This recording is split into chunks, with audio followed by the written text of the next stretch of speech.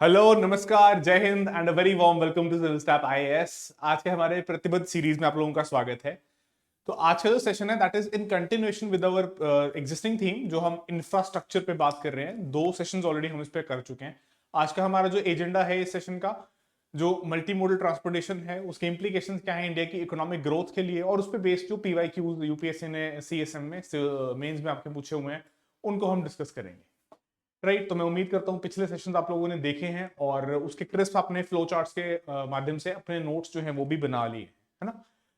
चलिए so start करते हैं आज का सेशन, इंफ्रास्ट्रक्चर वाला हमारा part 3। So multi modal programmes क्या बात करने वाले हैं, इंप्लीकेशन उसका overall transportation infrastructure and economic growth के लिए। तो देखिए, जब मल्टी मॉडल प्रोग्राम या मल्टी मॉडल इंफ्रास्ट्रक्चर को कनेक्ट करने की बात होती है तो उसका आप अगर एक बेसिक इंट्रोडक्शन में पर्पस देखें तो पर्पस क्या निकल के आता है कि एफिशिएंसी इंप्रूव की जाए, हाई कॉस्ट अगर है उन कॉस्ट को कट डाउन किया जाए, कंजेशन जहां पे है किसी एक पर्टिकुलर ट्रांसपोर्टेशन के रूट में, चाहे रोड हो या रेलवेज हो, है ना, उसको कम किया जा सके इंटीग्रेट करके अलग अलग मोड्स को। कि अगर वहां पे मान लो रोड का कंजेशन है तो कोई अगर इनलैंड वाटरवे निकल सकता है, या अगर मे बी रेलवेज के थ्रू कुछ हो सकता है, तो कैसे उसको जो है मल्टी मॉडल में कन्वर्ट करके कंजेशन को कम किया जाए, कॉस्ट को कम किया जाए, एफिशिएंसी को इंप्रूव किया जाए। और साथ साथ ये भी कह सकते हो कि it is also the backbone for economic development, कि जितना आपका रिड्यूस होगा कॉस्ट, आपका एफिशिएंसी बढ़ेगा, प्रोडक्टिविटी बढ़ेगा, तो इकोनॉमिक ग्रोथ को भी उससे बेटरमेंट मिलेगी। फर्दर इंटीग्रेशन है ट्रांसपोर्टेशन मोड्स का, कौन कौन से हो सकते हैं, हाईवेज यानी कि आप कह सकते हो जो रोड नेटवर्क्स हैं, railways, air transport and inland waterways. फिर एक इसमें बहुत famous hub and spoke model है, that is you can say कि एफिशिएंट नोड्स को कनेक्ट करना for seamless transfer of goods and integration across multiple modes of transportation. कि एक कह लो बीच में हब हो गया, बाकी सारे अलग अलग अलग स्पोक्स हो गए, राइट, कि उसके थ्रू जो है गुड्स की अलग अलग जगहों पे ट्रांसपोर्टेशन हो रही है using different modes of transport. Further goals में क्या कह सकते हो कि कॉस्ट इफेक्टिव लॉजिस्टिक्स नेटवर्क पूरे देश में हो एंड एफिशिएंसी बढ़े और सस्टेनेबिलिटी भी इंप्रूव हो सके। सो ये कह सकते हो कि एक बेसिक इंट्रोडक्शन जो है। फिर की फीचर्स अगर हम देखते हैं मल्टी मॉडल प्रोग्राम के, तो हमें देखने को मिलता है कि एक development of multi modal logistics park, जिसमें 35 पार्क जो हैं 50,000 करोड़ की इन्वेस्टमेंट के साथ इनविसार्ज किए गए गवर्नमेंट द्वारा। फिर hub for seamless goods transfer between different modes of transportation और integration of cold storage, warehouses, truck maintenance facilities and agricultural storage. मतलब एक तरीके से कह सकते हो कि जितना भी बैकवर्ड एंड फॉरवर्ड लिंकेजेस हैं, या आप कह सकते हो फ्रॉम द ओरिजिन, जहां पे रॉ मटेरियल से लेके to the very end point, to the destination, वहां तक जो है पूरी एक seamless connectivity through different modes of transportation. Then दूसरा आप कह सकते हो फीचर में हमारे पास जमीन होनी चाहिए, लैंड एक्विजिशन और उसके clearances manage by the government, और स्ट्रीमलाइन हो प्रोसेसेस तो उससे डिलेज कम होते हैं, बेटर, जल्दी चीजें फास्ट पेस पे बढ़ती हैं आगे। Then third, financing through land sale, that is self sustaining financing model हो सकता है, और fund can be generated from sale of acquired land. चौथा फीचर कह सकते हो इंफ्रास्ट्रक्चर का स्टेटस, मतलब क्या हुआ, grants, tax incentives and subsidies and attracts public and private investment. कि अगर इनफैक्ट ऐसे ही बोल सकते हो कि जो क्राउडिंग इन इफेक्ट है, that government it is putting its money, so private sector also feels confident enough to put its own money, कि वो भी इन्वेस्ट करने से फिर पीछे नहीं हटता है अगर वो कॉन्फिडेंट फील करता है। Then for the fifth you can say benefits for trade and economy, दोनों के लिए। अगर देखो सीधी बात है, लॉजिस्टिक्स की कॉस्ट कम करते हैं हम, जो अदरवाइज एवरेज अगर वर्ल्ड ग्लोबल लेवल से कंपेयर किया जाए तो they are quite high, double digit में है, उसको भी trying to reduce it to 8 to 7 to 8% of GDP, है ना। तो उसमें बेटरमेंट होगी, पैसा भी बचेगा, अपॉर्चुनिटी कॉस्ट कम होगी, ग्लोबल कंपेटिटिवनेस बढ़ेगी इंडियन एक्सपोर्ट्स की, है ना, क्योंकि आप बेटर प्राइसिंग कर पाओगे। डीकंजेस्ट करेगा सिटीज को by shifting traffic to efficient modes, है ना। तो ये बेनिफिट्स होंगे ओवरऑल ट्रेड एंड इकोनॉमी की। एंड वेरी इंपॉर्टेंटली इसमें आप कह सकते हो कि to boost your exports as well, right? Lastly, you can say sixth, that is creating jobs, employment opportunities। मतलब क्या हुआ कि एक तो कंस्ट्रक्शन में, लॉजिस्टिक्स में, सर्विस सेक्टर में और सिग्निफिकेंट पोटेंशियल है ना, बोथ यू कैन से डायरेक्टली एंड इनडायरेक्टली। तो ये बेनिफिट्स या की फीचर्स हमें देखने को मिलते हैं। देन एडवांसमेंट अगर देखते हैं कि इंडिया में कितना एडवांसमेंट हुआ है, कैसे हुआ है, तो we have try to upgrade each mode, चाहे रेलवेज है, हाईवेज है, इनलैंड वाटरवेज है ना, तीनों चारों तरीके से। फिर कनेक्टिंग द डॉट्स, मतलब अब ये डेवलप तो करा, इसको इंटीग्रेट भी तो करोगे, rail to port, rail to air freight terminals, dedicated corridors बना के, further ensuring smoother transition and easy mode shifting. कैसा ना हो कि वहां पे जो लोडिंग अनलोडिंग या जो उस तरीके से टाइम है वो ज्यादा लग रहा है, तो उसमें भी फिर एफिशिएंसी कम हो रही है ना। Further regional mode identification, that is tailored कह सकते हो ट्रांसपोर्ट सॉल्यूशंस। जैसे जो कोस्टल एरियाज हैं, जो तटीय इलाका है भारत का, जो नीचे पेनिनसुलर इंडिया है, वहां पे आपका वाटरवेज या पोर्ट्स की यूटिलाइजेशन अच्छी हो सकती है। जो कुछ ऐसे नदर्न डिस्ट्रिक्ट्स हैं जो लैंडलॉक्ड है, वहां पे may be you can have rail और इनलैंड वाटरवेज अगर वहां पे हो सकता है तो मतलब क्या हुआ, इनलैंड वाटरवेज जैसे Kochi, Ganga Bhagirathi systems north eastern states के लिए, और railway for industrial corridors northern and western region में, जहां पे आपके पास ये अपॉर्चुनिटी शायद वाटरवेज वाली उतनी नहीं है। तो मतलब ये वही हुआ कि it will be dependent upon where you are, geographically topography कैसी है, उस टोपोग्राफी के साथ जो है बात होगी।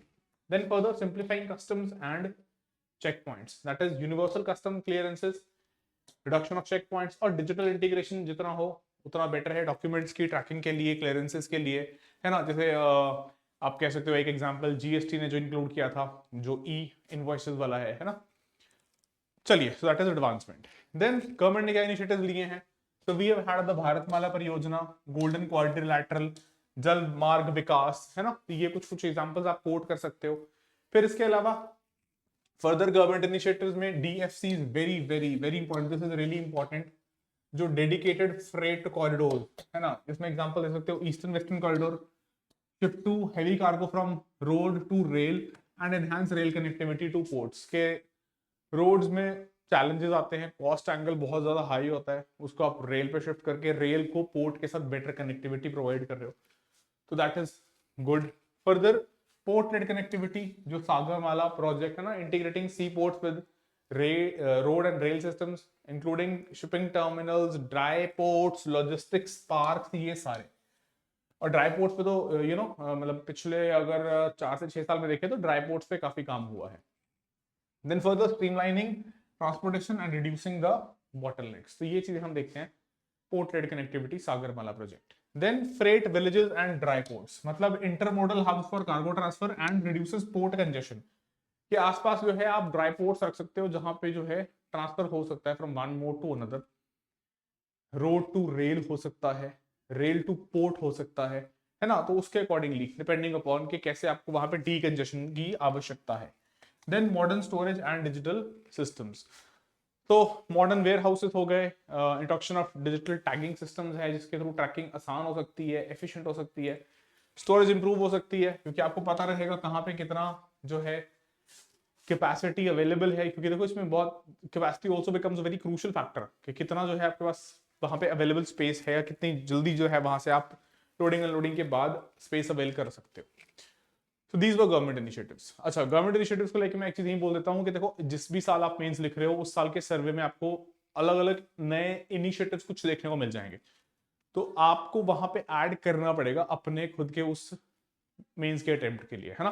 कि अभी तो हम यहाँ पे बात कर ही रहे हैं, but otherwise you must add. Then coming to advantages of seamless transportation through multimodal programs, के फायदे क्या हैं, seamlessly कैसे ट्रांसपोर्टेशन बेटर हुआ है इससे। तो आप कह सकते हो कि एक तो सबसे पहला और मेजर एंगल जो है that is in terms of reduction of cost reduction, that is integration of rail water air transport, estimate cost reduction logistics में 8 से 10%, जो पहले 13 से 15% जीडीपी का हिस्सा जा रहा था। फिर डीकंजेशन एंड एफिशिएंसी, दूसरा मेजर, डीकंजेस्ट होगा एफिशिएंसी बढ़ेगी। तीसरा very importantly lead time reduction, faster movement, है ना, और इंप्रूव्स सप्लाई चेन एफिशिएंसी। देखो ये इंफ्रास्ट्रक्चर में बहुत इंपॉर्टेंट है, और आगे ओवरऑल अगर हम देखते हैं ओवरऑल इकोनॉमिक ग्रोथ के पर्सपेक्टिव से भी ये बहुत इंपॉर्टेंट है। Then further fuel efficiency, this also improves, optimised routes हो, मिक्स्ड मोड हो ट्रांसपोर्टेशन के, कंजम्पशन कम करते हैं फ्यूल की, and very importantly environmental impact कम करते हैं, जिसके साथ आप एसोसिएट कर सकते हो सस्टेनेबिलिटी वाला एंगल, है ना, कि सस्टेनेबिलिटी वाले एंगल पे it gives you an improvement. Further generating employment, fifth जो एडवांटेज आउटराइटली देखने को मिलता है, जॉब्स क्रिएटेड, लॉजिस्टिक्स पार्क्स हैं, चाहे इंफ्रा डेवलपमेंट है, वेयर हाउसिंग है, सप्लाई चेन मैनेजमेंट है, सारे के सारे देखो आपको यहाँ पे एक तरीके से देखने को मिल जाएगा कि इनमें लेबर इंटेंसिव होने का स्कोप हमारे पास है, so we can absorb more number of people, more number of hands can be given jobs. चलिए फर्दर कंक्लूड कैसे कर सकते हैं कि एक तो देखो ट्रांसफॉर्मेशनल इंपैक्ट है, improving our transportation network, cost reduce करना एंड हमारी एक्सपोर्ट कंपेटिटिवनेस को, इकोनॉमिक कंपेटिटिवनेस को बढ़ावा देना। Further integration of these different modes, further की बेनिफिट्स में क्या देखने को मिलता है, ट्रेड बूस्ट होता है including international trade, congestion reduce होता है, एनवायरमेंटल सस्टेनेबिलिटी इंप्रूव होती है, जॉब क्रिएशन होता है। फिर फोकस एरियाज क्या क्या है, multi modal logistics parks, upgrade in infrastructure and policy initiatives, right. And lastly future outlook अगर हम देखते हैं कि भविष्य के लिए, तो it has to be efficient, sustainable and competitive. ये सब कुछ होगा तो इसके ऊपर आप मतलब ये सब कुछ करने के लिए you need to build, you need to add to this infrastructure, इसको मेंटेन करना, और ऑब्वियसली फ्यूचर की रिक्वायरमेंट्स के अकॉर्डिंगली उसको पहले से ही you know to have a fast हाइटेडनेस एंड उसके अकॉर्डिंगली उसको फ्यूचर जितना लोड बढ़ता हुआ दिखेगा हमें उसके अकॉर्डिंगली उसको बिल्ड करना। चलिए, so that is with respect to that multi model transportation. Now coming to infrastructure financing और इसकी नीड, चैलेंजेस एंड इश्यूज क्या है इसके अंदर। तो देखो पहले तो रोल क्या है इंफ्रास्ट्रक्चर का, हमने सारा ओवरऑल जितने छोटे छोटे सब पार्ट थे, सब थीम्स थे, वो डिस्कस कर लिया। अब एक बार अगर ब्रॉड ओवरऑल इंफ्रास्ट्रक्चर में देखते हैं कि क्या वहां पे क्या चैलेंजेस हैं, और पर्टिकुलरली फाइनेंसिंग के फ्रंट पे, और उसके लिए हमने क्या इश्यूज जो हैं, क्या समाधान जो हैं, सॉरी क्या सोल्यूशन जो हैं वो लेकर आए हैं, और क्या सोल्यूशन जो हैं आगे भी हो सकते हैं। तो first things first, role of infrastructure, we have all seen that, ये हम अलग अलग जहां इंफ्रास्ट्रक्चर के इतने सारे कंपोनेंट्स को डील करके आए हैं, कि इकोनॉमिक ग्रोथ ड्राइव करता है, एसेंशियल सर्विसेज प्रोवाइड करता है, सस्टेनेबिलिटी को प्रमोट करता है।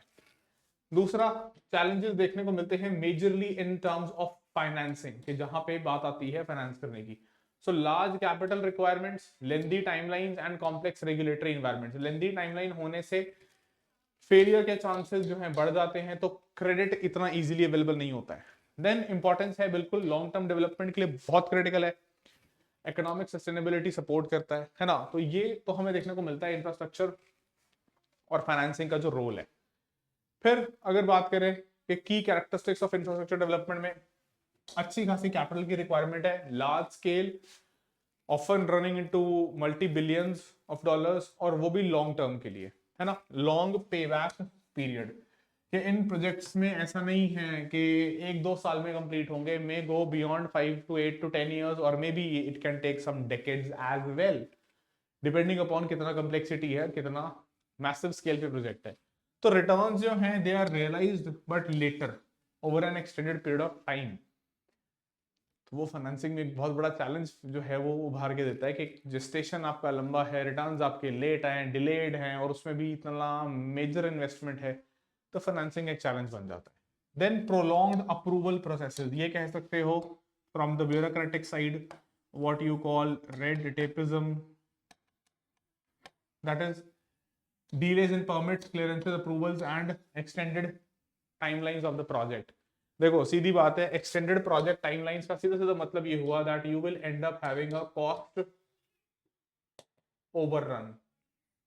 मतलब फॉर एग्जांपल अगर आपने सोचा था कि मेरा इस प्रोजेक्ट का कॉस्ट जो है वो 50,000 करोड़ आएगा, हो सकता है वो 50,000 करोड़ की जगह 75,000 करोड़ या 1 लाख करोड़, डिपेंडिंग अपॉन कितना डीले हो रहा है और उस टाइम तक कितनी इन्फ्लेशन हो चुकी है। Then delayed returns further exacerbate the thing कि returns are spread over long periods and challenges in attracting private capital without long-term financing options। तो ये मेजरली हमें की कैरेक्टरिस्टिक्स देखने को मिलते हैं।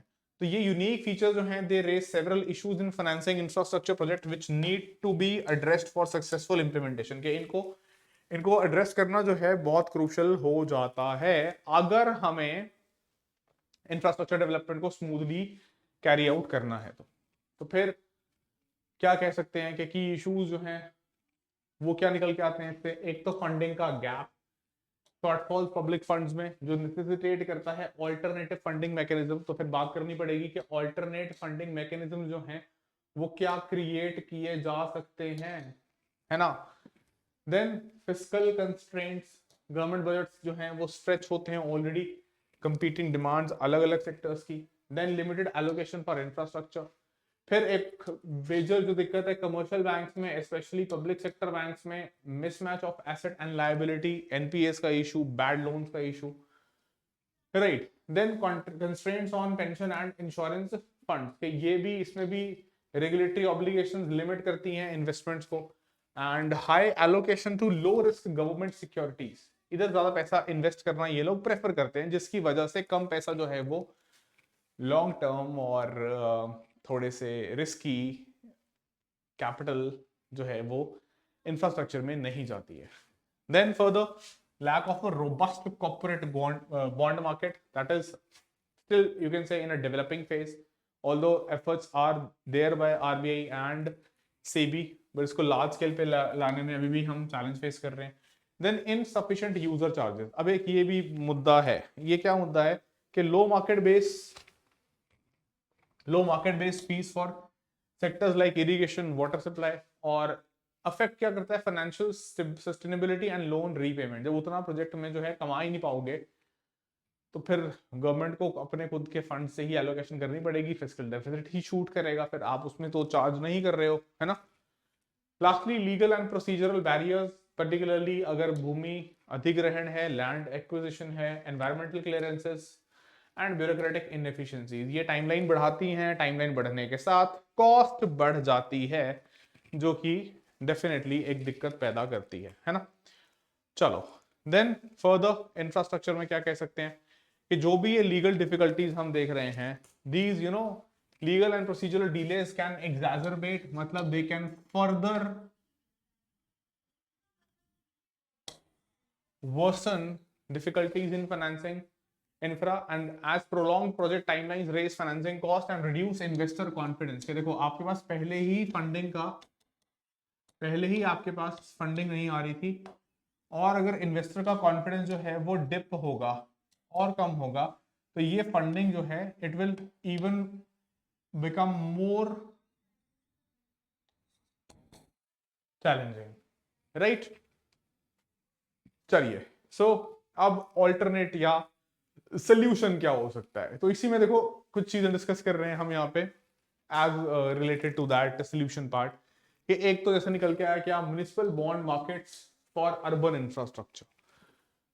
क्या हुआ जी इसमें हुआ ये कि अर्बनाइजेशन का ट्रेंड जो है वो बढ़ रहा है, तो उसमें म्युनिसिपल बॉन्ड मार्केट डेवलप करने वाली बात आई कि जो वहां पे अर्बन लोकल बॉडीज हैं क्या करेंगे। एक तो देखो इंक्रीज डिमांड फॉर इंफ्रास्ट्रक्चर है, बढ़ रही है डिमांड, वी ऑल नो कि शहरों में लोग जो रह रहे हैं आके, उससे क्या हो रहा है कि डिमांड जो है अर्बन एरियाज में इंफ्रास्ट्रक्चर की उसमें इजाफा देखने को मिला है और मिल भी रहा है आगे इंक्रीजिंगली।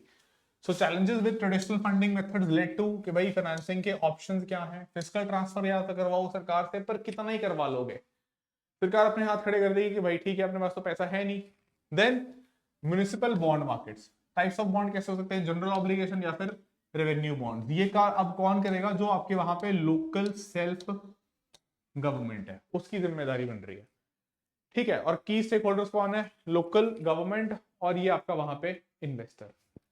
फिर बेनिफिट क्या है इसका कि access to large capital, long term project funding हो जाएगी, and diversification of funding sources, के सिर्फ जो है आप राज्य सरकार या केंद्र सरकार पे निर्भर नहीं हो, you are trying to mobilise your own source, your own funds, right.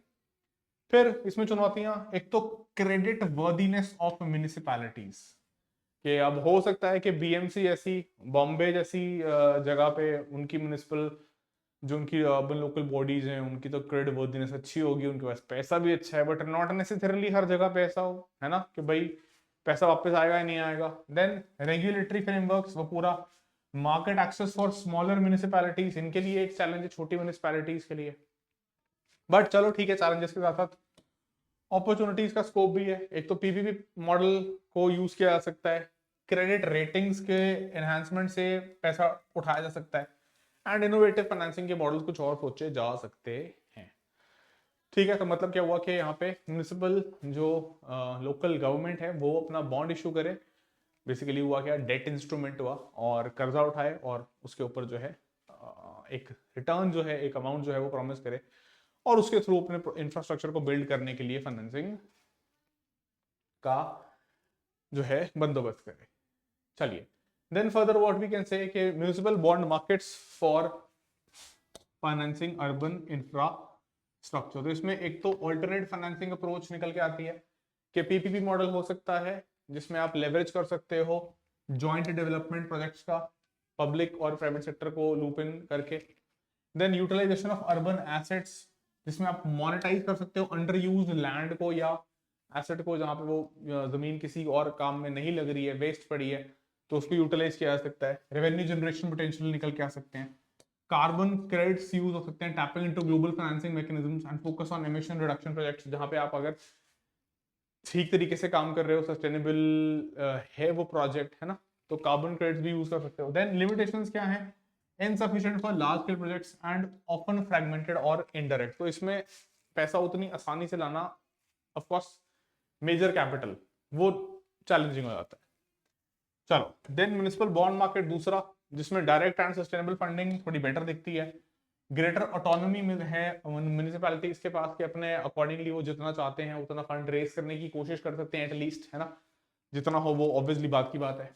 Then की एडवांटेजेस क्या है, large scale capital mobilisation, long term project viability and enhance financial independence, that they are not much or they don't need to depend more on the state or the center।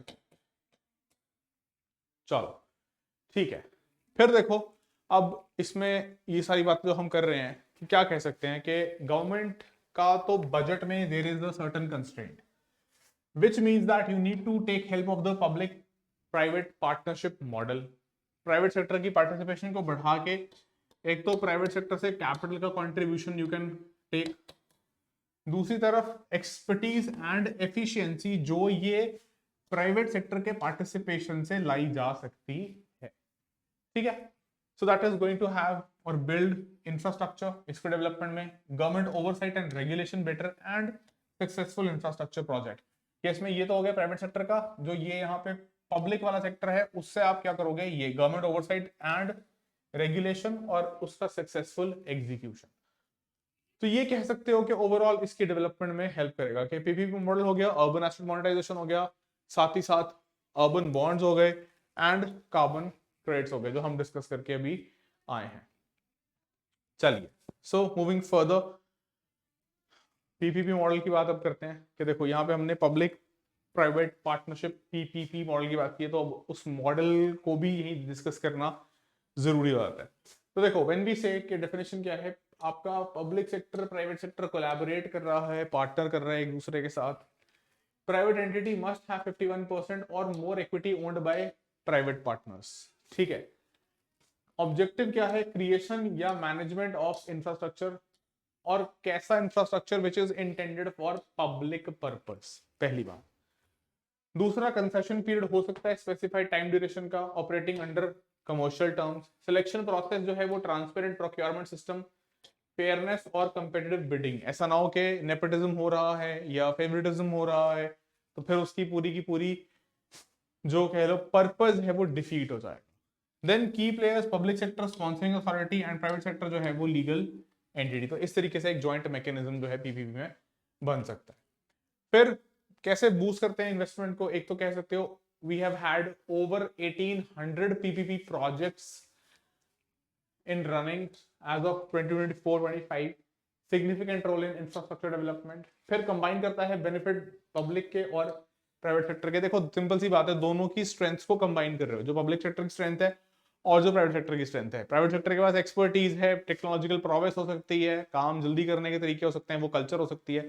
Public sector के पास हो सकता है कि resources हैं, mobilise करना उसके लिए थोड़ा ईजी है, राइट, क्लियरेंसेज लेके आनी है, रेगुलेशन वाला जो पूरा रेगुलेटरी सिस्टम है उसमें वो आपको वहां पे मदद दे सकता है, राइट। तो एफिशिएंसी ड्राइव हो सकती है, बढ़ सकती है।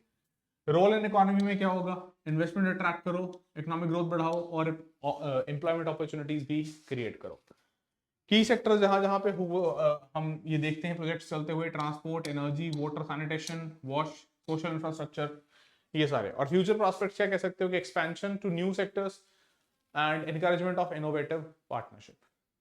ठीक है, चलिए। सो फर्दर पीपीपी में हमारे पास जो प्रोजेक्ट्स हैं उसमें क्या देखने को मिलता है कि एक तरफ तो आ गई सरकार और एक तरफ आ गया आपका private sector.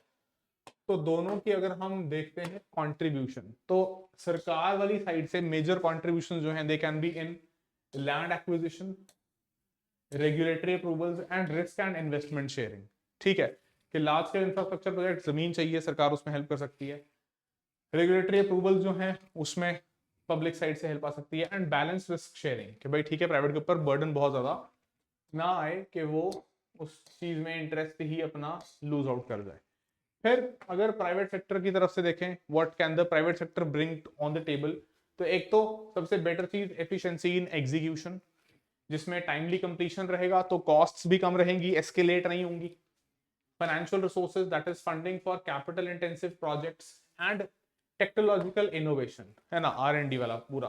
So advanced technology and global best practices, वो टेबल पे कौन लेके आ सकता है, वो प्रोजेक्ट में कौन लेके आ सकता है, the private players as part of the PPP project. ठीक है बच्चे, चलो। So that is with regards to this. अब देखो पॉपुलर पीपीपी मॉडल जो है हमारे पास 3-4 मेन मॉडल जिनके ऊपर यूपीएससी सवाल भी पूछ चुका है पहले भी। तो उसमें आपको देखने को मिलता है that you have had bought, boot, EPC and HAM, build, operate, transfer, build, own, operate, transfer, engineering, procurement, construction and hybrid annuity model. अब ये सारे के सारे आप लोगों ने शायद सुने भी होंगे, इन पे प्री में, मेंस में सवाल आ चुके हैं already UPSC civil services exam में। तो सबसे पहले देखो बॉट क्या है, प्राइवेट सेक्टर बिल्ड कर रहा है, ऑपरेट कर रहा है, ओनरशिप ट्रांसफर की जा रही है सरकार को आफ्टर अ पर्टिकुलर पीरियड, एक कंसेशन पीरियड के बाद, जैसे दिल्ली गुड़गांव एक्सप्रेसवे या दिल्ली गुरुग्राम एक्सप्रेसवे। ये हो गया पहला, बिल्ड, ऑपरेट, ट्रांसफर। दूसरा जो है build, own, operate and then transfer. इसमें क्या है, प्राइवेट सेक्टर बिल्ड कर रहा है, ओन कर रहा है, खुद ही ऑपरेट कर रहा है, ओनरशिप ट्रांसफर हो रही है आफ्टर अ सेट पीरियड, लेकिन ये लॉन्ग टर्म ओनरशिप है यहाँ पे प्राइवेट सेक्टर के पास, जिसके बाद वो ट्रांसफर कर रहा है सरकार को। ठीक है, कंसेशन पीरियड के बाद। फिर ईपीसी क्या है, इंजीनियरिंग, प्रोक्योरमेंट एंड कंस्ट्रक्शन। इसमें क्या है, प्राइवेट सेक्टर हैंडल कर रहा है डिजाइन, प्रोक्योरमेंट और कंस्ट्रक्शन, सरकार रिटेन कर रही है operational control after construction is completed. मतलब ऑपरेशंस जो हैं वो प्राइवेट के हाथ में नहीं है, प्राइवेट प्लेयर के हाथ में ऑपरेशन यहाँ पे नहीं है। जैसे Bengaluru elevated north south corridor. ठीक है, चलो। अब लास्ट वाला जो हमारा बचा वो कौन सा हुआ, यहाँ पे देखो, ये this is very significant, hybrid annuity model. ये क्या कर रहा है, ये कंबाइन कर रहा है बॉट और ईपीसी को, ये build, operate, transfer and engineering, procurement, construction, इन तीनों को कंबाइन कर रहा है। Partial funding upfront, partial amount of money which is required upfront जो है कौन पे करेगा, गवर्नमेंट प्रोवाइड करेगी। प्राइवेट पार्टनर रिसीव करेगा payment through annuities and reduce हो जाता है इसमें थोड़ा रिस्क प्राइवेट प्लेयर के लिए। तो कह लो कि best of both worlds, that is bought and EPC दोनों को कंबाइन कर रहा है एचएएम मॉडल। चलिए, देन कमिंग टू इश्यूज क्या है पीपीपी मॉडल्स में, तो एक तो कैपिटल की अवेलेबिलिटी और रेगुलेटरी हर्डल्स कई बार फेस करने को मिलती हैं, नॉन अवेलेबिलिटी ऑफ कैपिटल या लैंड एक्विजिशन में डिलेज।